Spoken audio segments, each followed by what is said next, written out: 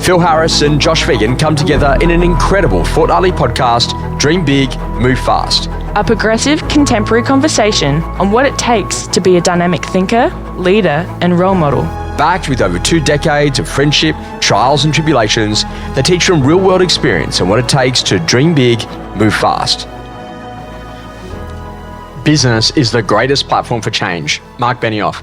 Phil, this is probably one of my favourite quotes, and I got to see Mark Benioff speak at the Salesforce conference, Dreamforce, a few years back. And it kind of just gets me to think that everything that you want to see in life, everything you want to see in the world, everything you want to see change in the community and in a society, it really comes back down to, making sure that business is doing the right thing and that it is one of the greatest platforms for change. And, I was recently in Dubai, and, one of the quotes over there is to ultimately say, if it's good for business, it's good for Dubai. Phil, let's talk a little bit about it. Why is business one of the greatest platforms for change? I'm with you, Josh. I think it's a great quote. And if I relate it directly straight back into the real estate industry, and when you think of the brands or the organisations and the individuals that are doing very well, it seems that there is a deep and great passion for change, but not just change, but continual innovation and improvement. So, yeah, great quote, and I think it's something that we can all work towards. I just remember when we first started out, I think auctioneering, and that was a really important conversation. How much did that drive our confidence? Going to the Australasian Auctioneering Championships and learning what that was like. And I remember those moments and how energizing it was to kind of get into that environment and ultimately the type of person that you would become. And at the time, you never really realized it, but you were kind of pushing the edges around what was going to happen on the inside of your business. Now, Phil, it's an important conversation because today we're going to talk about, really getting to that flywheel and that level of momentum. And, we've seen that with Harris Real Estate in Adelaide. Hopefully you've seen that in our training business here too. And the interesting conversation is about really learning what a flywheel actually is. So in your words, how would you typify what actually is a flywheel and why is that important to kind of get momentum inside of any business and life? Yeah, flywheel, it's a great concept. And actually, Josh, you were down with us in Adelaide going back only a couple of weeks ago and you shared the concept of the flywheel to our sales team specifically. But if you haven't read the all-time bestseller, Good to Great by Jim Collins, it's one of the feature chapters in there, which is understanding the flywheel, which is basically about, as an organisation, building enduring success by some repeatable activities. So if you're wondering what the flywheel is, grab a copy of that book. In fact, there's actually a separate book that's actually come out just specifically on the flywheel, so great to get a hold of that one. But ultimately, if I relate it back to real estate sales specifically, to make it easy for people, it's about what are those core things that need to be done that actually become repeatable. And so many agents, I think, they go through their careers not being able to duplicate and replicate success, whereas the flywheel, when you zero in on the core things that need to be undertaken each and every single day, you start to realise that success as an individual or inside an organisation is basically about repeating, 4, 5 or 6 key things daily, and the results start to stack upon each other. In that book, Flywheel Momentum, they talk a lot about Amazon. I think that's kind of a nice one to start with, outside of industry, and then we'll go into industry. But in Amazon, they kind of started with this whole idea. They were selling books, right? So it was lower prices on more offerings. And what actually happened is that then you would increase customer visits, so more people would go to the website. That then attracted third-party sellers because they actually had a lot of people, coming to have a look at the books. So what else could we sell them? Maybe we could sell them book lights or something, right? Then expanded the store and they extended the distribution. So originally it was just America, and then it was UK, and then it was Europe, and then now it's Australasia. Then they grew revenues per fixed cost. So they worked out what their fixed costs were to actually open a plant, to actually be able to do all of the distribution center, to be able to make that actually happen. And what actually happens is that then it goes through that flywheel again, because now they've got a distribution center, they can have lower prices on more offerings, and then they get more increased customer visits, and then you attract more third-party sellers, and they expanded the store, and that extended the distribution. Then they grew revenues again by fixed costs, and they've become, one of the biggest companies in the world. And Jeff Bezos, the owner, I think even post-divorce is still one of the richest men in the world, and it's kind of crazy when you see those things happening. Now, I read that and I went into the residential real estate sector and I thought, okay, well, how does this actually happen in all of the different people that I've worked with? And I thought, about our own journey in what we've both gone through. And I thought, well, first of all, was this absolute unbelievable passion and energy and drive towards acquisition of knowledge. What was it like to learn how to do a listing presentation, how to actually prospect, how to go and sell, then learning about areas and prices and building codes and what you could do in all of that, and then learning how to run a team. And as you start to acquire knowledge, you get exposed to clients. And, Phil, we all had our day one. Do you remember your first ever open house? I'm not sure if I remember it specifically, but I know it wouldn't have been great. And then you look at that, but you got exposure to customers, right? And if you're doing it well, you're meeting neighbours, and you're also bringing buyers, and you're bringing sellers, and you're bringing buyers, sellers, and you're meeting landlords or investors in that environment. And what actually happens is you get that client exposure, but how do you actually move that to deal exposure? So it's like, we put Phil Harris on a door and open for inspection, and he can meet 10 people, and he knows that 5 of them live locally and 3 of them are market appraisals and one's a listing appointment opportunity. But we put Junior Josh on that same door and he claims that everyone's a first home buyer. And so that whole conversation around learning, like, what are the questions that really gain you significant traction? Have you bought locally, and what are your plans with the existing, as an example, to then move those customers that we've been exposed to into real deals, that we're signing agency agreements, signing, deals as a part of offer and acceptance. And then what was all about for us was about mastery of routine, right? So, what you're talking about, repeatable actions, do this, we get that, we do this, we get that. And that was a really important part, because as we mastered that routine, we got social proof. So if you're looking to buy a house in that particular area, it was almost impossible not to meet a Phil Harris or not to meet a Josh Vegan. And what that did is that social proof then allowed us to go and scale our service. And we go through that revolution. We learned how to do a deal a month. And then one day we started to think about it. We had to acquire some more knowledge. We got exposed to a few more clients. We got a few more deals that we're exposed to. We mastered routines. We got more social proof. All of a sudden, we went to 2 deals a month, 5 deals a month, 10 deals a month, up to Alexander Phillips type stuff, where you can see up to 28 transactions per month, in a team. And it's a really important conversation to think about how that flywheel works and operates. Phil, I often think I wish I had me in training day one when I first started now, and not saying that at an arrogant level, but just the amount that I've learned over those years. And it's a really important conversation. Why does an agent need to be aware of a flywheel, and what can they do to really master it so that they can actually get themselves up to a completely different level of momentum? And this was when we spoke, I said a couple of weeks ago with our team, we had this conversation, Josh, about how I think in the real estate space, you get trainers come in, you go to conference, and you become so scattered with so many different things that you can be doing. Whereas the reality is, if you actually go deep into fewer things, the opportunity to leverage and grow your business is just so significant if you can actually master those things. I think where agents go wrong is by having too many things that they're scattered and focused on versus going, what are the actual core things that enable me to win as a real estate agent? So we know if you start going around that flywheel, number one, if you haven't got a solid prospecting plan in place that you actually stick to, not 10 different strategies. And I think the conversation we had with our team was around actually running open homes at an incredibly high level, not just taking a name and number and trying to get a hold of people on a Monday when we know 50% of people won't even pick up the phone when you ring, but how do you actually go deep into that particular strategy, then actually being great at the listing process, then the facilitation of making a sale, repeat customers. So I think they're the sorts of things that guys need to go deep into with creating their flywheel. But throwing a question back to you, because you've got the privilege of working alongside maybe the best agent in the world now, Alexander Phillips. Like, if you went from 12 o'clock and worked your way around, what do you see as like the top 4 or 5 items that Alex has done really well in his business? That feels better now. Thanks for joining us on Dream Big, Move Fast. I think the first key part is, without a doubt, that high level of consistency. So what's been listed, what's been sold in the last 24 hours, and who does that impact? Secondary part is tremendously loyal. So once you work with Alex for the rest of your life. I think the third thing, without a doubt, is that literally ruthless routine. So, you're not going to get a guy like that who's going to take a call even from me between 7:30 and 3, because that's prime client time. So if I'm bringing him during the day, he's expecting that that's because I'm helping him to put a transaction together or I'm giving him a referral. But anything that's coaching is outside of those hours, or podcast stuff is outside of those hours, right? And then I think like the fourth thing, without a doubt, is about the usage and building of great relationships, so that you've got to have phenomenal people around you. There's not a person that he's not connected to inside of those local communities.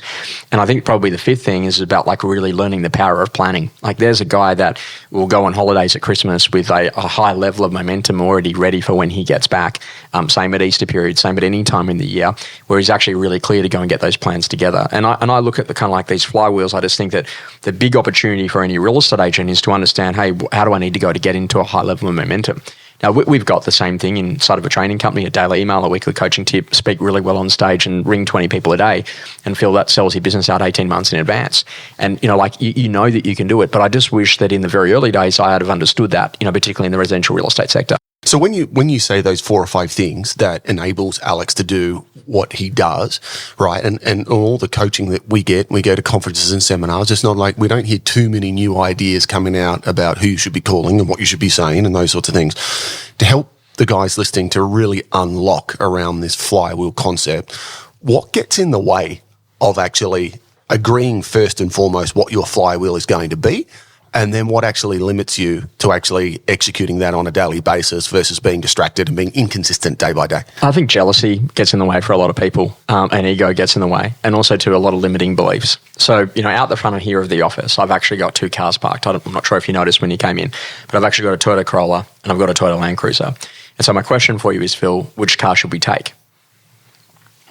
I'd take the Land Cruiser. Right, but here's the key thing. You don't know where we're going. Yeah, sure. But you've already tried to choose a business model. Yeah, sure. So if we're just whipping into town to go and quickly get some tickets for a Dave Chappelle show tonight, fine, we might just take the Corolla because it's quick. But if we're going out to the desert and we're towing a caravan, we're definitely taking the Land Cruiser. So it's, when you kind of see people go, oh, I couldn't be like that person because they've got a high average sale price, or their area is different to me, or they're younger, they're older, they're male, they're female, they've got hair, they don't have hair, whatever your series of inhibitions are. The reality of it is it's just a model. So what I know straight away is that if I was out of doing residential training as a real estate coach, and I said, okay, great, I'm going to go and be a real estate agent. Mate, the number one place I would start if I was going to do Eastern Suburbs Sydney, I would work inside of Alex's team. Even day one, regardless of my knowledge, skill, capability. Why? Because I know there is a ton of lead opportunity that comes from the amount of customer exposure from 28 open for inspections on a Saturday inside of that business. And so literally, if you just sit there enough, respectfully to Alex, I'm just going to catch $1 million worth of leads that are just going to slip through the fingers because there's so much opportunity that sits in that. That's a very different business model to trying to, cold call and door knock your way to greatness. So you think number one blockage is lack of identification of the actual marketplace or the agent that you actually need to be to win in your market. Yeah. So rather than external focus on what Alex is doing or what this person's doing, and so, well, hang on, what is the agent who wins in my marketplace? What do they need to do rather than worrying about what other people are doing? And I kind of love this whole idea. There's this once a client came to me and he said, oh, look, I'm really worried because one of my competitors is doing video. So they're doing video. I'm going to stop doing video because I don't want to be the same as them. And I said to him, hey, man, just so you know, he goes, yeah. I said, I also heard they're using the phone as well. And he's like, oh, yeah. And I said, mate, it's not about whether or not someone else does it. It's about how well you actually do it. And I think that this is probably one of the greatest opportunities for any real estate agent is to actually understand, hey, what's my business model? Now, and don't be envious about someone else who's got a different business model, the one that you've got now. We've got some people... Play the market, and if you don't like it, move. Yeah, right? and you're not a tree. And that's that whole conversation about actually understanding what is actually the total size of the marketplace. I'm amazed at how many people don't know that. They'll tell me 5,000 homes, but they don't know how many sell every year. So literally, oh, Josh, I want to do 50 transactions. Okay, great. We have a look and there's only 25 sales a year, so they need 200% market share. So that's crazy. So you need to know that in the 10-year trend line. So understand where the peaks and troughs are. So you've actually got a good sized business. I realized I'm originally from the country, as you know. There's no way I could be a real estate trainer just in Albury. There's not enough uncles. Not there. Yeah. And so from that point of view, I actually had to go Australia and I had to go with New Zealand. And then we had to go to the UK and the UAE to actually try to chase off the ambitions and the dreams. And I think that this is a really important part. And Alex actually said this very early on, make sure that your marketplace is big enough for your aspirations. So, Phil, knowing what you know about getting a business up and getting momentum and watching, you guys are north of 2,000 plus transactions. I remember too when you were, kind of hitting 40 and 50 transactions a year. Yeah. So what's the difference that you saw in that flywheel in getting the business beyond just Phil Harris himself as an individual to that level of momentum inside of a marketplace? I think the biggest observation I see, going from 50 or 100 sales a year to now, close to 2,500 sales is, I would say, the flywheel for us has been the empowerment of the sales individual, of making sure that there are scalable resources and tools in place for people to actually become the best version of themselves. Now, I'm not encouraging everybody to pack up and leave the office that they're in. That's definitely not the case. But if you think about what are the things that a salesperson needs to absolutely thrive, number one, before you start talking about infrastructure, they need environment, So is it actually an inspiring environment for people to be around? So that's something I take very seriously. Am I the type of person that people actually want to work around? Am I bringing energy and am I encouraging people? And so first and foremost, if it starts with environment, then you've just got the basics in place, which is people need coaching and deal support. Like as human beings, we need to have that interaction of having somebody who actually congratulate you and tap you on the back and say, yeah, well done, you are actually going in the right direction. And so much of this business that we're in, particularly in the early days, Josh, I think for agents that are first starting, or even if you're not starting, you might be writing 800 grand a year and you want to double your business. A lot of this business is actually based on faith, meaning you've got to undertake a whole series of activities in your career and not get short-term payoff. So you actually need, as part of that environment, there's got to be a coach and a mentor there to say, yeah, keep doing what you're doing. I know the results aren't there today, right? But if you keep doing what you're doing, we are going to see results in 18 months' time, 24 months' time, or whatever it might be. So I think environment is critical. I think coaching, mentoring becomes absolutely imperative if you want to really grow a sustainable business. And then you can start having a conversation about infrastructure. Yes, they need CRM. Yes, they need marketing collateral. Yes, they need listing tools. Yes, they need, all of those sort of things. But they're kind of the big things that come to mind for me. That feels better now. Thanks for joining us on Dream Big, Move Fast. Do you think that's a different world now, about instant gratification, and the generation and the technologies that are coming through and what it's doing to the general population? Because I would remember if I had the chance to go to a training event, I would be there like bells on. That would be in the diary. That was absolute number one priority. If there was and I know this is weird, but my dad had like a cassette series. I'd go listen to that, Brian Tracy and Zig Ziglar and Jim Rohn and some of those greats back in the day. Like you would be all over that like there's no tomorrow. Whereas now it's kind of like, I don't know if I want to go. And it's like, are you kidding? Because, Sam Zell's got this great quote. You never know where you're going to learn. And to me, I just want to put myself in more of the environments where there's more opportunity to learn. So then I can pick up that particular piece of information which puts the jigsaw puzzle together.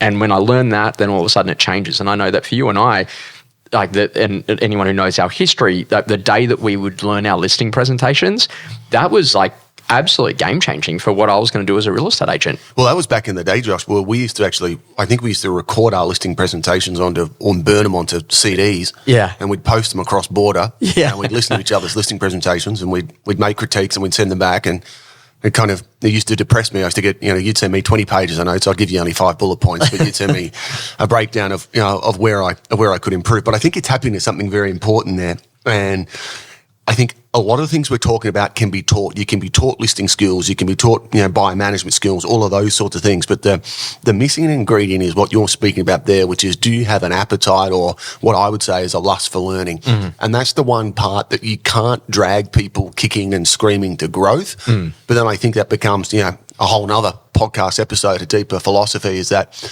if you subscribe to a personal philosophy that life is about learning and continual growth, and that you've got a responsibility, which, by the way, real estate is only one aspect of your life, right, and a very small aspect of your life, but do you have an appetite for growth in every area of your life, and you feel as though you've got actual responsibility to keep improving and to become the best version of yourself?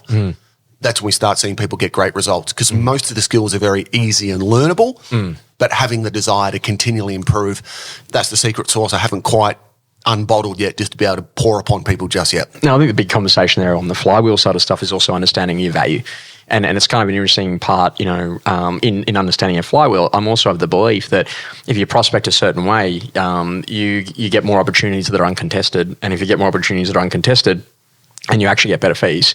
And really the whole conversation here is that to get into a really good quality flywheel, what you've got to start thinking about is that, are you actually going to be one of those people that really understands the difference between being a value seller and a price seller? And I think that, there's a conversation where really there's a lot of people that want to feature match in our industry. Yeah, we do that, we do that, and we do that. But do we? Because the difference is actually seen in the result. And one of the things that, we've been concentrating a lot in training is about saying, okay, great, well, when a market, changes, it's really important to actually understand your value, and you've got to think about what are the things that you actually do before, during, and post. And there was a great book called Jobs to Be Done, and that was all about actually understanding what actually are the things that you can do before, during, and post the transaction to become more valuable. So, I'm arguing no more bottles of champagne, and instead I'd rather send a cleaner through in the hour and a half before settlement, just to wipe down the windows and wash down the wet areas, so that literally it's easier for the seller and it's a better experience for the buyer when they turn up to that property. I'm arguing for a handyman to go a month later after they've moved in to spend 1 hour just to fix any gates and move any doors around and do things that they might need to do just to assist that person. I think that's actually of more value. But it just doesn't seem as glossy or as Instagrammable to take the photo of the handyman, right, as opposed to the bottle of Moët and Chandon. And so what I'm saying to people is that, before the transaction, there's storage of stuff that they just don't need to have at the property whilst it's available on market, getting the property ready for market, painting, landscaping, mini renovations.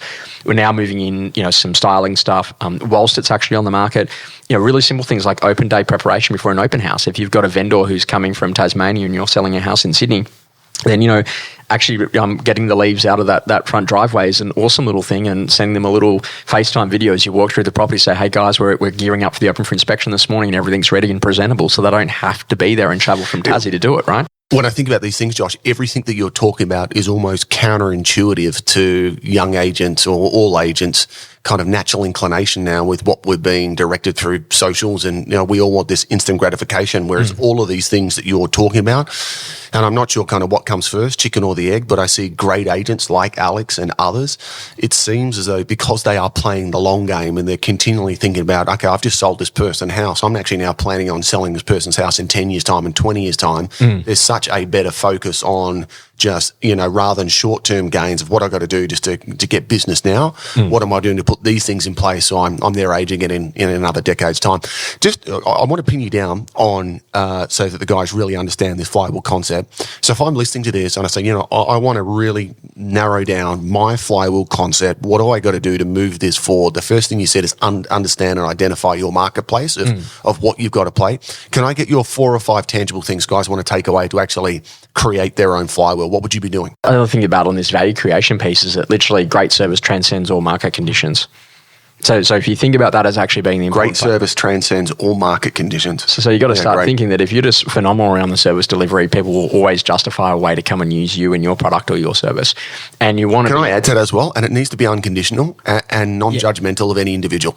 So whether it's a buyer, whether it's a tenant, whether it's a seller, whether everybody's part of that. And whether or not you're selling a studio apartment or a 5-bedroom, the best house in the area. I think that this whole conversation is that you've got to be able to help humans out. And my favorite quote on that is to think that, we all put our genes on one leg at a time. some people do the 2-legged thing and fall back on the bed. But the basic idea is to really understand that we're all human and you've got to make that great existence. To get the flywheel right, how do you actually generate your leads? What do you actually do to make sure there's a system or a formula? So if someone's taught how to generate those leads, that they can actually follow that system or that formula. And then what do you do to make sure that you've got really clear measurement on it so that you can go and do it over and over and over again? And if you do that, then ultimately it changes everything that you do inside of your business. Do you think people overcomplicate the lead source and they do too many? Oh, yeah, absolutely. And I think the biggest thing is that they spend a lot of money in areas that just don't get a result. So whenever a market tightens, the number one thing I see agents do is they stop marketing and they actually have to get back to relationships. And you know what? When a market's really great, they just spend all this cash on marketing that they don't need to because it's all ego fulfillment, as opposed to actually really understanding what works. Now, if you or I, Phil, had to open up a real estate agency, we happen to be recording in Double Bay today, and we had to go and open a real estate agency together. We've got none of the advantages that we've had in the past, just our knowledge, and that's it. What would we both do? We'd get our first open for inspection. We would work the 10, 10, 20, the 10 neighbours either side, the 20 across the street. We'd get every neighbour we could to that open for inspection. We'd get great photography, great videography. We'd work every relationship. We'd be there like bells on, polished shoes, great blue suits, white shirts, right? Ready to rock and roll on that Saturday with a name badge. And we'd be super friendly to everyone that we can. Man, if we did not generate 1, 2 or 3 listing opportunities off the back of that campaign by the time that property was sold, there would be something seriously wrong. But what I see is a lot of agents taking shortcuts, turning up to an open house, don't have any music playing, still trying to work out how to pair the Bluetooth speaker, not in a position they've even got their name badge, not taking names and numbers, all that stuff. It all leads back to the original road of one telephone call, one conversation, one person, one relationship at a time. And if you keep stacking that upon day, week upon week, month upon month, and you're great at what you do and you're passionate about serving others, you can't help but build massive momentum around this flywheel process. Principle. A mind once expanded can rarely go back. Phil, this is probably one of my favourite principles of all time. And I just think about that whole idea that in the flywheel today, you kind of get really excited listening back to this podcast because you start thinking, man, it's so possible, right? Like work out the system and then go there. And it's kind of like that electric moment where, and I know it's happened for you many times and same for me, where all of a sudden there's that jigsaw puzzle that filled in the gap of the knowledge, and then all of a sudden you just went from 0 to hero on that particular item, whatever it was. And I just think like you can rarely go back. Once you start thinking about systems and systemization and saying, okay, great, the only reason that this goal isn't achieved is because it's either a system or a person. What do I need? Do I need to put a person in place or a system in play? How important is it for people to start thinking that way and to realize, although it's romance that you might want to go back to what you were before, once you start thinking like this, it's a very, very hard road to go back to what you were.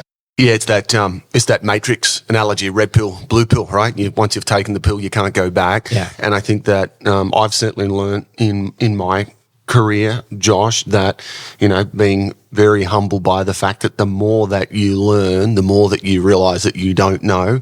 And that becomes inspiring because you see that there is limitless opportunity. You know, every single day I walk inside our organisation, I think, far out, okay, we've done okay, but I see so many flaws and I see so many areas for improvement, and then I see so many opportunities of what we can achieve collectively and individually if we actually keep continuing to focus on these basic things. But I know that so many agents, they're kind of out there looking for maybe some sexy one-off marketing campaign or a video profile or a post that's going to change the game, versus what we spoke about earlier in this podcast about having that passion for continual, ongoing, incremental improvement on a daily basis over a sustained period of time stacks upon big results.